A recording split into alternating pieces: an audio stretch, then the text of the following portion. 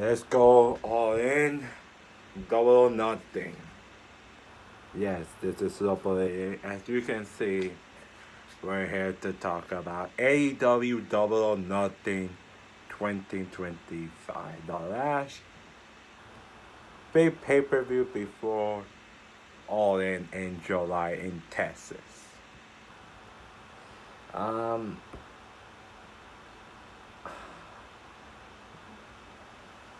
this show, I felt it was really important to really start to plant the seeds for some things for that show, as the two matches, the big ones was from the Open Heart Cup tournament that will decide the world title matches for all the men's and the women's.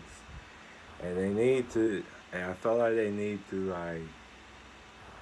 start some of the seeds for it. And you can kind of saw it, especially that main event. And I think they deliver on that. I think some people may overrating a little this show. Like, some of the reviews I've seen that are one of the best pay-per-views ever in AEW. Maybe call it the best AEW show pay-per-view ever. And Amy may jump the gun a bit. This was a really good show? Yes, it was. Was it the best AEW pay-per-view that I ever saw? No. I think it was a way too long show. And I think again there's some matches.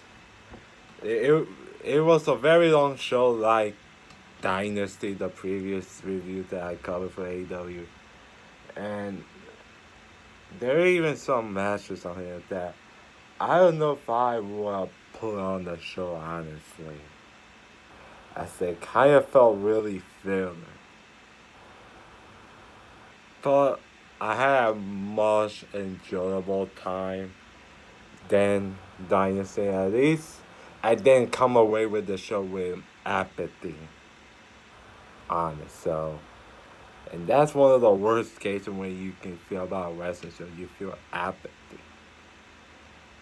And that's one thing that Double or Nothing this year has something over WrestleMania this year. Is I didn't feel much apathy. So that gets one extra point to WrestleMania 41 this year. So there's that. So yeah, let's get straight away with this show. And I think with this show, one note before I really get into it, I felt AEW in this year, they really need to build some goodwill with the with some of the fan base after what happened the last two pay-per-views with the endings of what you saw with the main event scene. I really feel with this show AEW has to build that goodwill, especially if WWE's product is not delivering on all cylinders right now.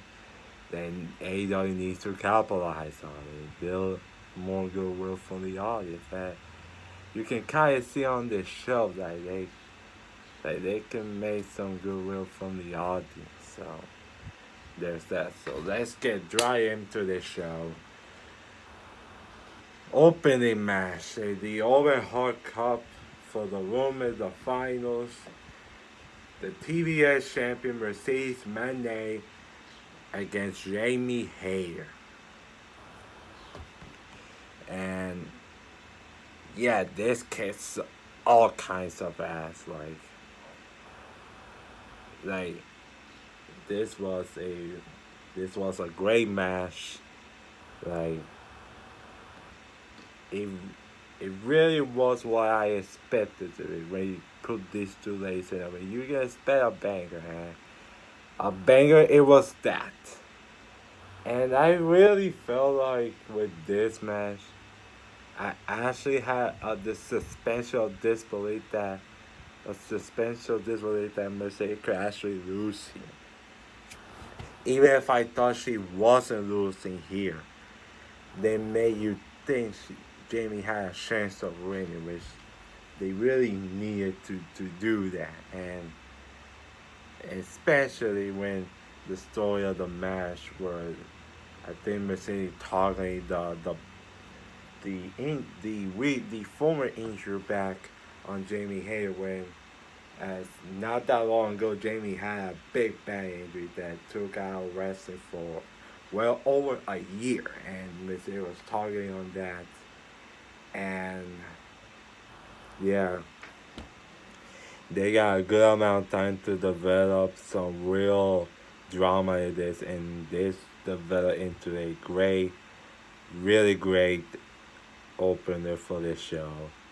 The right kind of match that you put on to open a show, and yeah, and they told a really simple story on it. So yeah, and like I said in the Dynasty review, I think I may have said I will say here again. Mercedes Monet knows how to get a person over even during the match, and she knows how to get the crowd going with the opponent she's facing against. So you cannot take that away from for a girl like Mercedes because she knows how to get a person over in a match with a with a story she's telling in the ring that you can never take that away from her. So there's that, and and the crowd really got behind Jamie during this, and there's a really scary looking finish where Jamie goes for a finish, and then Mercedes like face pipe down Jamie and creates it into a small package full of wind, and Mercedes wins, and then she runs as slowly as she can to that overhead cup to the stage, and Mercedes Monet wins. I thought the way that it was done was pretty funny. How she almost crippled, she almost killed Jamie with that. With almost like almost looking DDT into a small bag, and then Mercedes just runs for her life. I thought that was a great thing. And Mercedes Monet wins, which I'm kind of indifferent about it because on one hand, Mercedes Monet versus Tony Storm at All In feels pretty big. It feels like it's the biggest match for for the women's division AEW that you can make. Mercedes Monet versus Tony Storm. Like, of course, it feels big, but I feel it takes away for what the TBS title could do at all. I mean, Mercedes Monet. I mean, instead of like creating two captivating stories for both of your women's titles, the women's and the TBS title, instead of building those two and really making those two stories big to your biggest show of the year supposedly, and you instead of that you crave it into one big feud when you could have made two big feuds out of it. Like, I don't know who you would have put with Tony, but you could have also easily done Mercedes versus Athena, as that match on Dynamite and Boston was great. So why not do it again at All In, your supposedly biggest show of the year for All Elite Wrestling? So yeah, kind of kind of indifferent about the decision. But again, the match was great. It was a banger. It had a really good story on it. And that's pretty much all I can say here with this match. So yeah.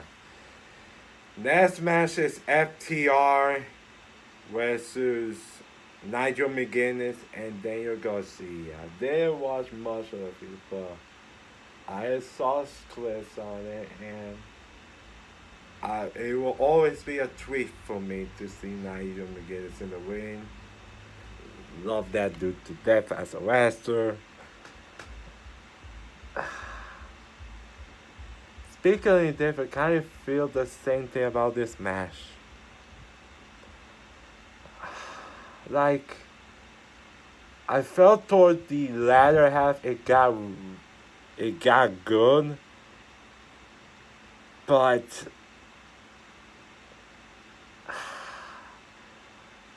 I just felt they took way too long to get to the point of it. And the Tony Schiavone bit was kind of unnecessary. Yes, he kind of got me integrated with the story, but that whole bit with Tony Schiavone with FTR, it never amounted to anything. So it was just all felt time filling. Like, it just felt so pointless to me. And that kind of dragged the match down a bit for me. It's like that bit with Tony that just went absolutely nowhere. Just, yeah, like, it.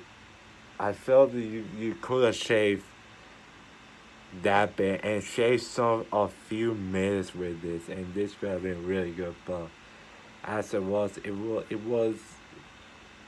good, but it felt way too long to get to a certain point, and the Tony Schiavone bit just was kind of pointless to me. But I will say with this match, the character work of FTR as heels are much better made than character work as babyface. And I like FTR when they were babyface, when they were having classic matches like 2 or 3 years ago with the Briscoes, with Bullet Club Gold. They had some awesome matches, space, but as far as their character, they were much better as heels. Like they were really having so much fun out there, being complete jackass, and it was a joy to see. I will admit. That so that were points for that. So yeah, so there's that. FTR pick up the way as they obviously will be. They need to build up more of them as credible heels. So yeah. So again, good match. Kinda too long.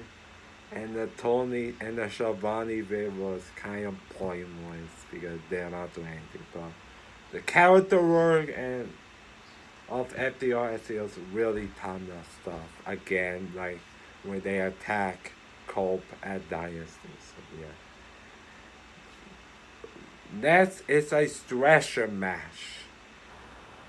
Ricochet versus Mark Briscoe. This was a really fun match to me. Like, you got two really fun guys. Ricochet as a really fun heel, and Mark Briscoe as a very fun baby face.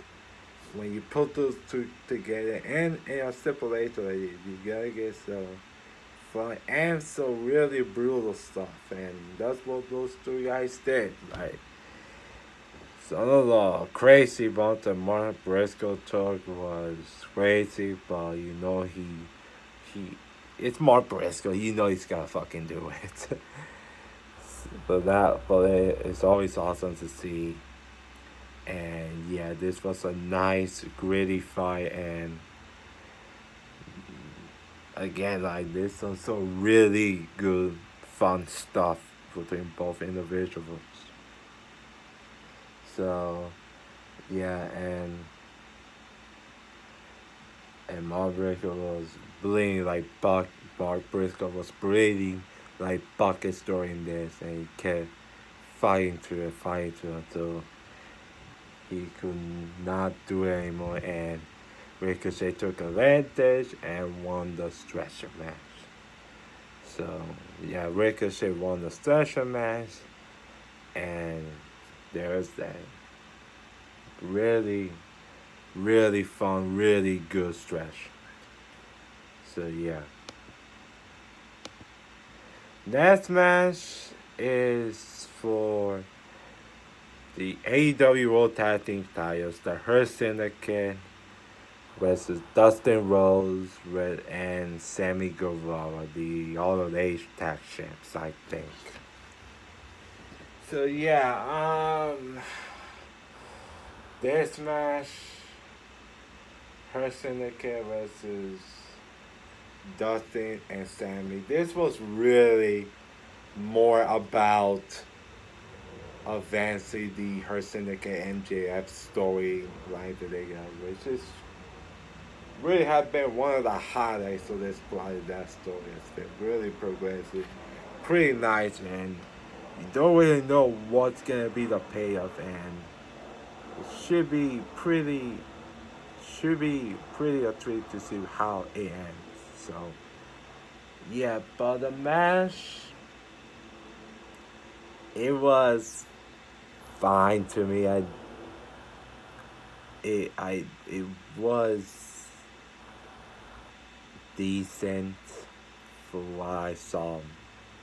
Like nothing too spectacular about it, but this guy, those four guys, all four guys here did a really serviceable job, and that's really all I can say. And MJF was looking like he was facing some decision, but ends up helping the Hurt Syndicate to retain their World Tag Team titles here. And again, okay, serviceable, decent match, but it really felt more advanced the story of one story than it was about the match. And as a result, the match kind of felt really filler to me. That's really what it was. So, yeah. So the Hurt Syndicate retain the World Tag Team titles. Next up is for the AEW Continental Championship as Kazuchika Okada defends against Speedball Mike Bailey. This was a nice back and forth match. Like in more ways an impressive match between both of these two, and it really feels like Okada is getting to the gist of the jinx of things as Continental Champion, and Mike Bailey has been really good signing for AEW. It really feels like he's a natural fit for that promotion, as you can trust him to put on a really good match with really just about anybody. And this was a pretty good match. Like this, like, and like this was again like I said, a nice back and forth, and the crowd was really into Mike Bailey and even some to Okada, and it was pretty good. That's really all I can say about it. And Okada retains the Intercontinental Classic Championship. And yeah, that's really. And he retains the title as he builds up momentum for the inevitable title versus title match against Kenny Omega at All in July. So yeah. Next up for the AEW Women's World Championship, you got timeless Tony still defending against Mini Shirakawa. Like, against Mina Shirakawa. Shirakawa.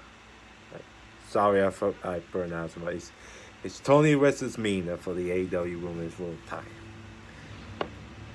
I don't think it was as good as the Forbidden Door match the previous year before, but in my opinion, but this was still an okay match.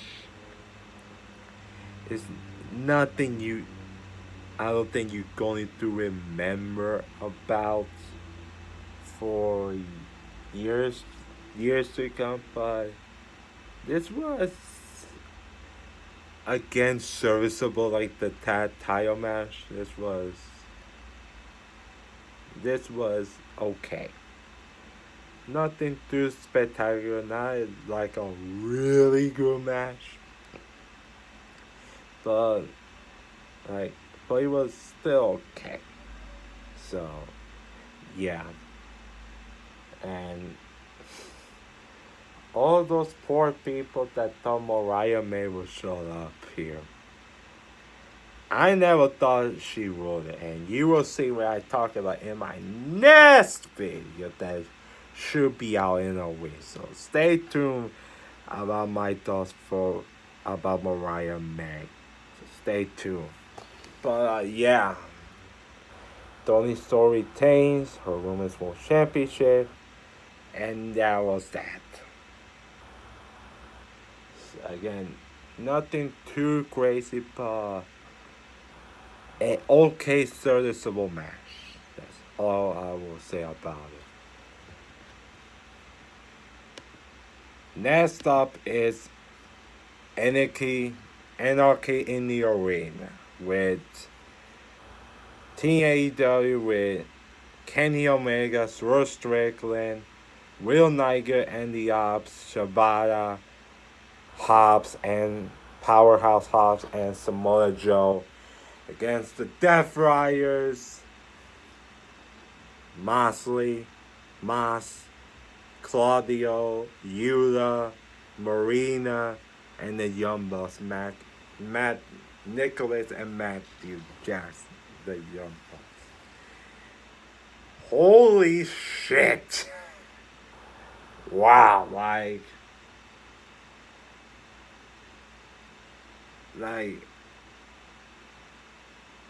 wow, like,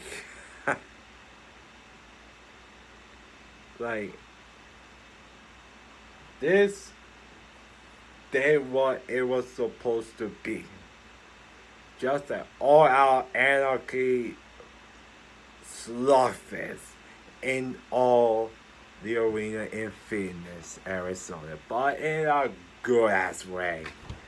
Like, holy shit, this was fucking fun. Was it? Like, yeah, this was so much fun. Like, Drowning Pool Body's music, when you heard that music kick and you knew you were in for a treat. And you had some sickening cool ass spots with Omega and with like Swerve and just an all out anarchy in that match. Like, this was far and away the best, maybe the best anarchy in the arena match that they have done since probably the first one back in 2022. I enjoyed that a whole lot about that match. And I enjoy this match just about as the first one. I enjoyed when I reviewed it like 3 years ago. Like, this was a crazy match. Mark Briscoe stopping Gabe Kidd to help the Death Riders win, and Mark Briscoe saved the baby faces I felt kind of disappointed because I really was hoping for Eddie Kingston cameo, as I thought he was a perfect fit for this Death Rider story, and I felt this was a perfect time to bring him in. But who knows with the injury that he has had, if he going to be healthy enough. I think probably soon, but man, I felt really let down when it was Mark Breaker, who would just take on the stretcher, and he's already back in. That felt weird. But yeah, this was a crazy match. One of the things I really enjoy is like the woman, Willow and Marina Shafir. They felt equal to them. It wasn't like they felt they couldn't hit men just because they're men and they because they're women. No, you had the woman, the genders really interact with each other, even with the sixth spot where that I myself had to turn away when Maria Shafir had pulled something out of Swerve's tongue, and she pulls out something and she sticks it in and strikes Swerve. That God, that was oh that there was some spots that were pretty fucking cringy to look because they was nasty as hell.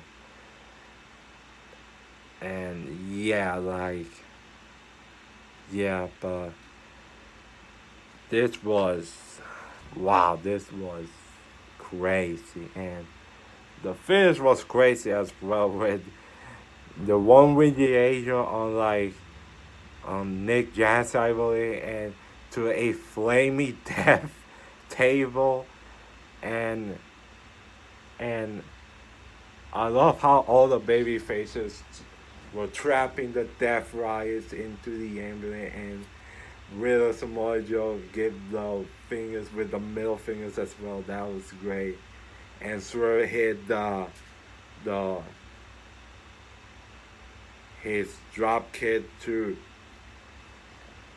the Swerve died to Matt Jackson with the shoes wrapped around Dom Taz on it. He hits it for the 1, 2, 3, and the babyface team win.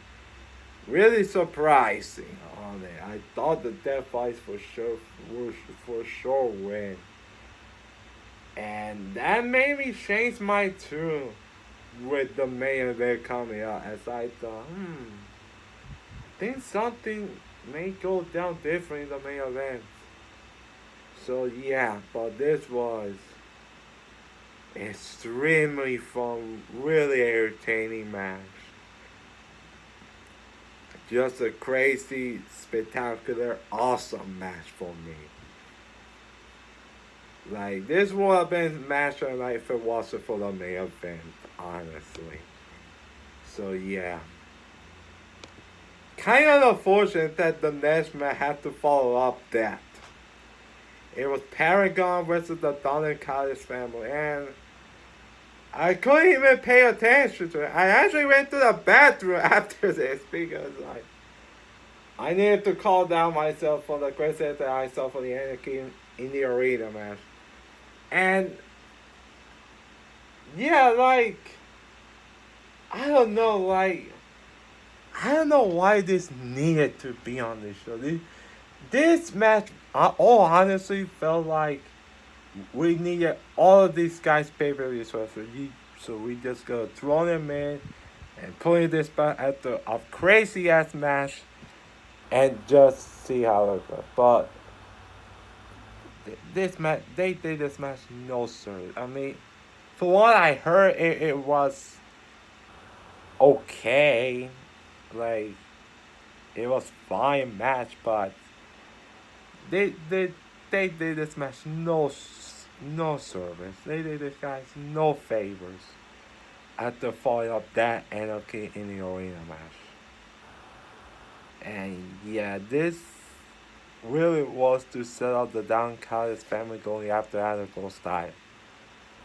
And I don't know, like this could have been easier TV match, but it was slap on the favor. So yeah, and that's what I'm saying. Like I felt like you maybe could have cut that, and maybe the tag match, the tag title match, or maybe the FTR Daniel Garcia Nigel McGuinness match. But I feel you could have called one or two of those matches, and it will not make not much of a difference, honestly. Like honestly, for this match, I thought this would be. I thought this would not make no difference. Like, yeah, this just felt total filler. This match. Like, again, for what I heard, it was fine, but they did this guy no favors by doing the match even to begin with and to follow that match. So yeah, so the Don Callis family won here. Then the main event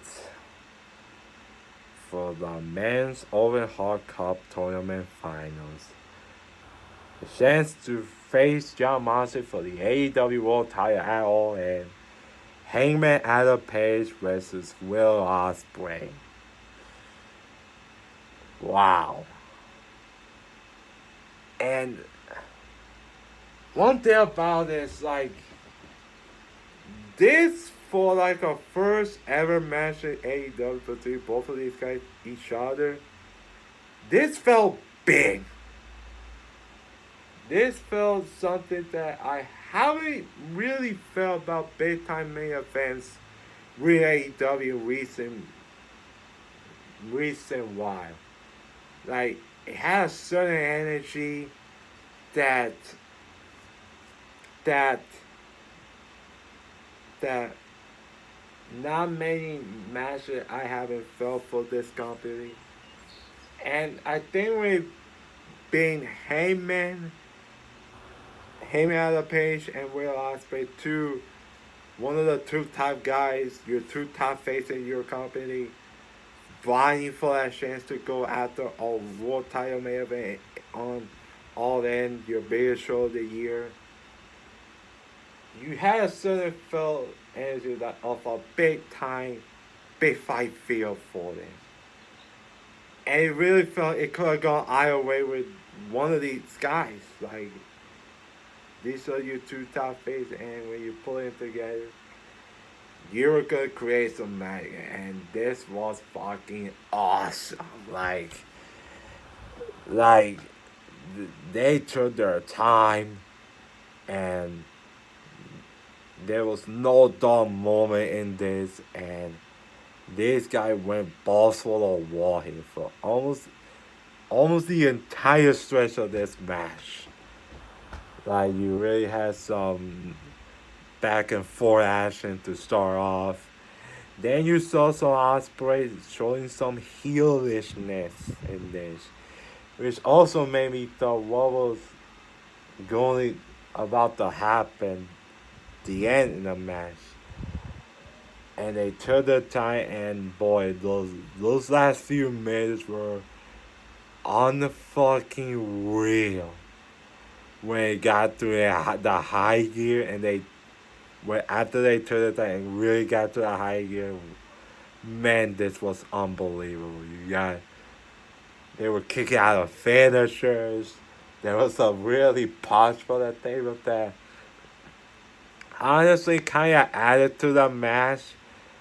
In my opinion, the boss table with Heyman about to do the dead eye, and but the table completely broke as he was about to do it, but then he hit on the floor. So really great psychology and some unbelievable action in this. You got some great spot with them looking at each other and looking around the fans. As the fans can say, like we are in the deep end of this match. Heyman hits the butt shot. He goes for the win, but Ospreay kicks out too. And then Ospreay hits the hidden brain and hits the other finisher, but Heyman also kicked out. Really don't know. It looked like it could have gone either way with it. But then and they were both counting the finisher until Heyman hits the clothesline and then went back to the straight road and hits one more box shot area onto Will Ospreay for the 1, 2, 3. And Heyman out of pace wins the Overhaul Cup Foundation tournament. And he's gonna be the one in Texas, riding high, trying to save AEW from John Moxley for the AEW World Title. And wow, I felt like with Swerve pinning the John Buzz as he did, it almost made me feel like when the main event happened that Adam Page was gonna win. Like as I thought, the direction would be Heyman and Swerve against the Young Bucks at All In, and they will be Will Ospreay going up against John Moxley at All In for the world title. But when Swerve pinned the Young Bucks, I felt something was tripping here. Maybe they were chasing some gears. And I always felt like, also my opinion, that if you're gonna put a world title like now to like who's gonna beat John Moxley, I felt Heyman Adam Page is the person that does it. Because I feel with Will Ospreay, he has many years to go. Like I feel he can win the world title any other time. Like maybe next year where they go to Wembley again. So I feel he's in a good spot that he isn't too much of a hurry to win a world title. But Heyman Adam Page, with a guy like that, you don't know how many more chances you're going to get with him. So this felt like the right call for me, and they had a match of shaking hands. And yeah, and I will say it like I said, where it was Swerve versus John Moxley at Dynasty beforehand. I'm gonna say here with a ton of momentum that Heyman Adam Page has been building towards these last few months. If he doesn't win the world title from John Moxley at All In, then the people running are out of their fucking minds. Because you can't possibly tell me that Darby Allin at this point, who has been gone from TV for fucking months, is the better choice to take the world title than Adam Page. Like, I don't know if you can really convince me at this point now. You almost have to go with Heyman at All In. So yeah. But this was a phenomenal match. Match of the year contender. May even be when this year is all said and done. This was an excellent match. Match of the night. Really the perfect way to conclude a really good show. Like I said, the show went on for too long. That's kind of been the issue with these AEW shows. And I felt they could have called 1 or 2 matches, and I think I would enjoy much more out of it. But as it was, this was still a really good show. This was a fun show. I will say I had a much enjoyable time than a show like Dynasty, where the last time I covered for them. So yeah, so really good show, and looks to be some nice starting building block for All In Texas in July the 12th. So there is that for my Double or Nothing review. Like this video if you haven't. Subscribe over there. Tell me what you thought about Double or Nothing in the comment section below. And as always, I'm Jason Maenius. and I approve this matches.